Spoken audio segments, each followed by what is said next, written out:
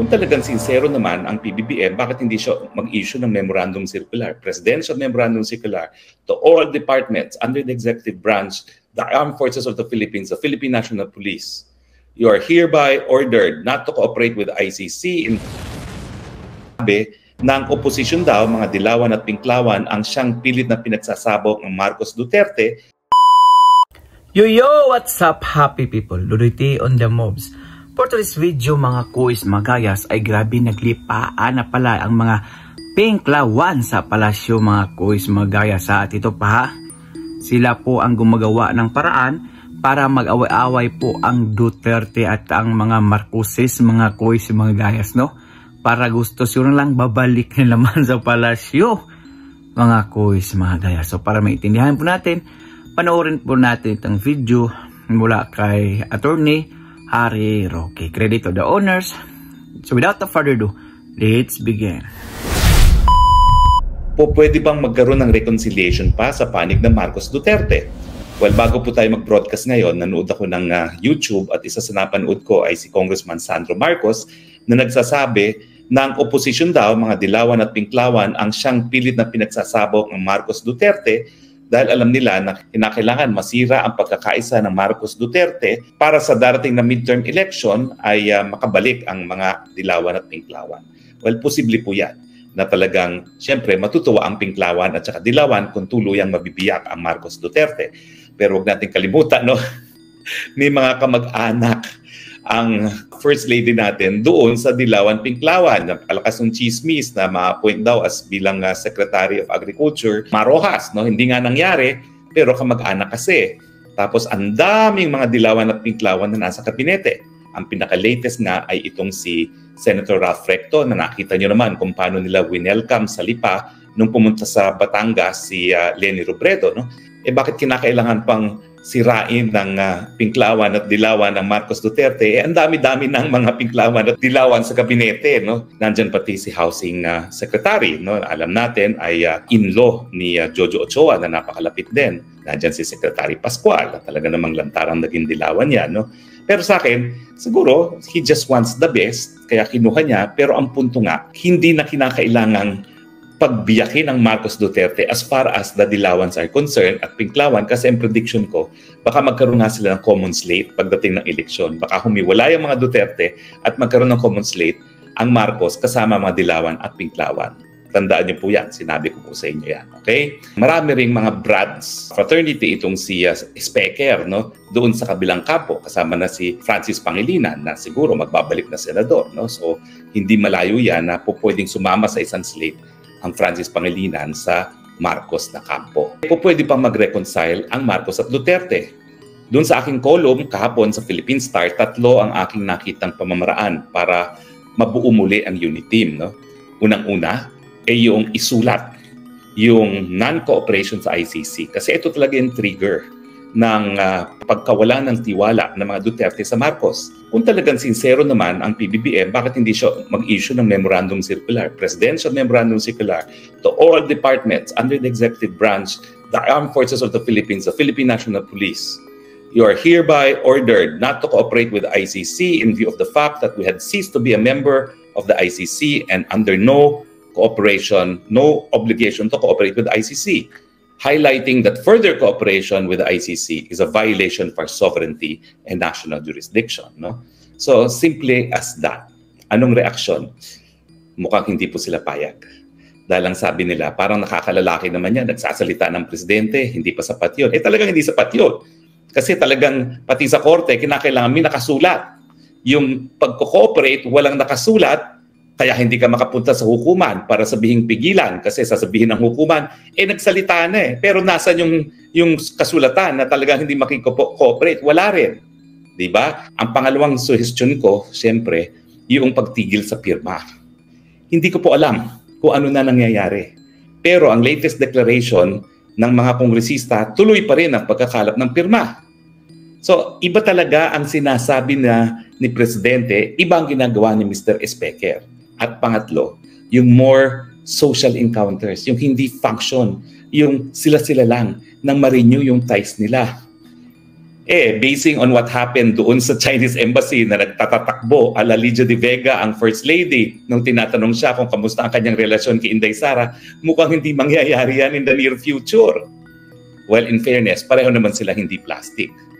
Si VP Sara naman, wala naman siyang masamang ginagawa. No? Wala siyang masamang pinakikita kay FL. Si FL ang nag-snub sa kanya na nakita ng buong bayan. At ang sabi ko nga sa column ko, pag inisnab mo naman ng taong may mandato, parang ini-snub mo rin yung 32 million na bumoto sa kanya. Samantalang ang FL, hindi naman halal ng taong bayan. No? Siguro the most that we can expect from both of them is to be civil towards each other.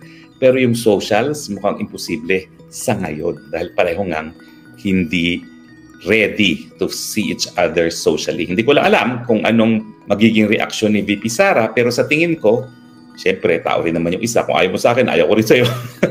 Di ba? Ganun lang naman yun. No? So parang malayo rin mangyari.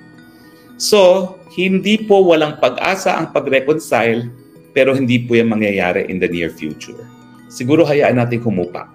Bakit ba sa tingin nyo napakatahimik ng Pinklawan at Dilawan sa pirma? Alam naman natin yan, dakdakera yung mga yan. No? Si Lenny dati talaga ayaw tumigil. 6 na taon ng presidency ni Duterte hindi tumigil. Pero ngayon, not a single word against pirma.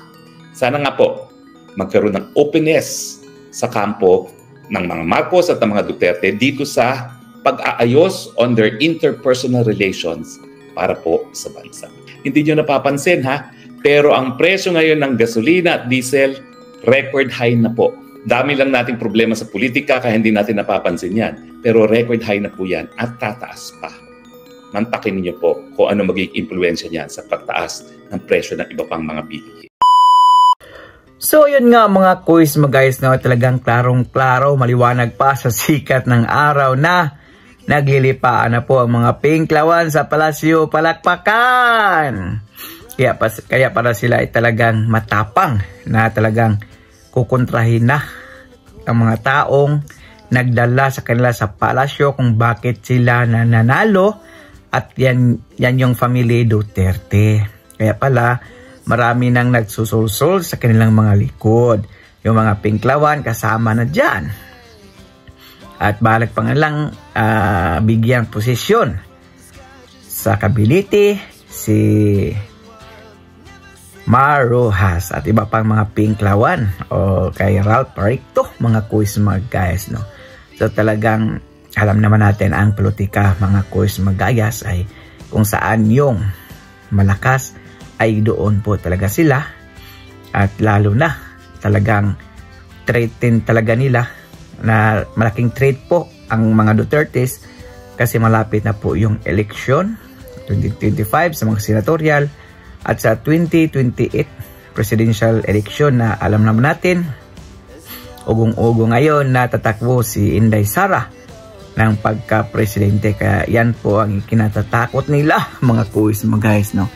Hindi lang mga Pinklawan, lalo na pong mga Marcoses na kung babalik ang mga Duterte sa palasyo ay naku po, delikado na po yun dahil sinimulan nyo na ay talagang tutuhanin yan. Alam naman po natin yung mga Duterte sa mga kuis mga guys ay wala po talagang inaatrasan na laban yan. Kasi nakilala po natin yan na mga palaban. Lalo na po si Inday Sara mga kuis mga guys, no. So grabe yung awayan lang ngayon mga kuis mga guys, no.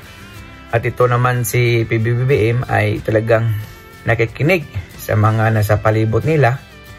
At para bang makita natin na parang wala ng utang na loob. Hindi po ko nagsabi yun ha.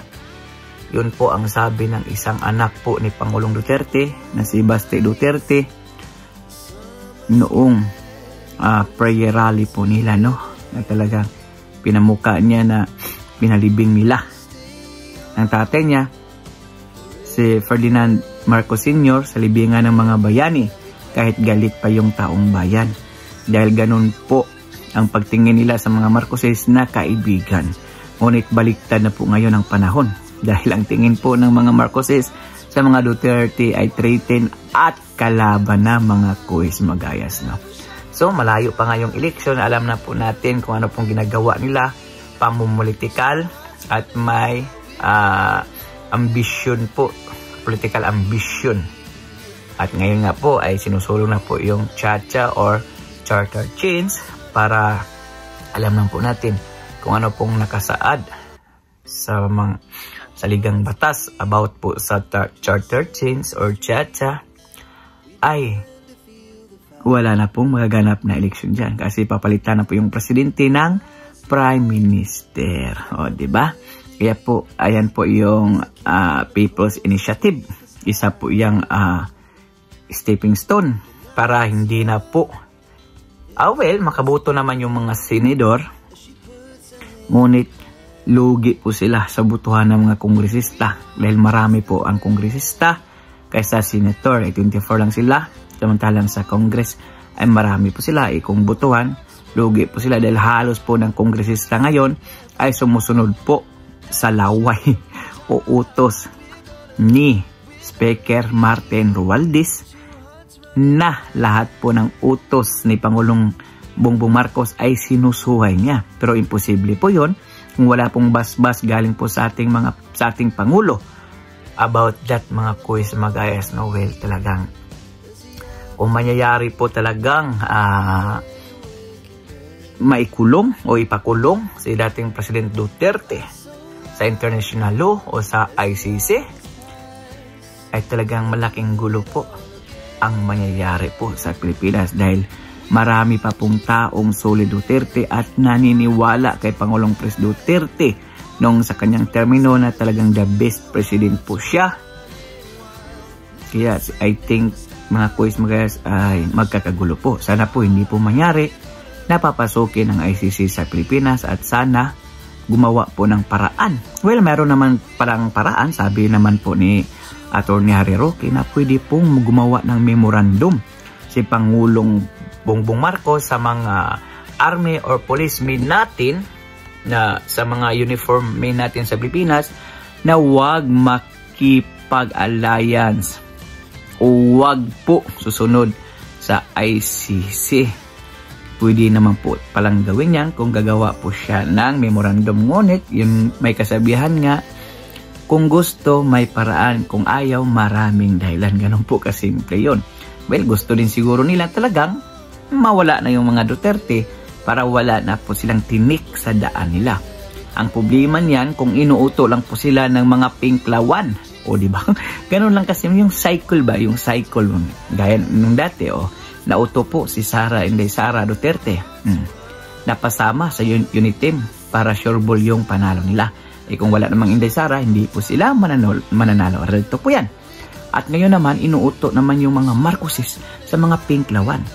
At syempre, mayroon ding political ambisyon yung mga pinklawan. At kung sakaling may tatakbo sa kanila ng presidente at mananalo yung mga pinklawan, sino naman i-dismantle niyan? Yung mga Marcoses na naman. Di ba? Malas na lang kung magpapauto po yung mga Duterte sa pinklawan kung ayaw nilang kumampi sa Duterte na walang ibang hangarin kundi ang mapaayos ang ating bansa, mga kuis, mga gayas. No? Ano po yung komento nyo about dito, mga kuis, mga gayas? No? Dahil hati po ang opinion ng mga tao ukol at tungkol po dito sa oyang Marcos at Duterte, mga kuis, mga gayas. At dahil umabot ka sa dulo ng ating video, may karapatan ka pong mag-like, shares, and subscribe. So for now, I'm Gan Pilipinas. God first, God bless all, peace.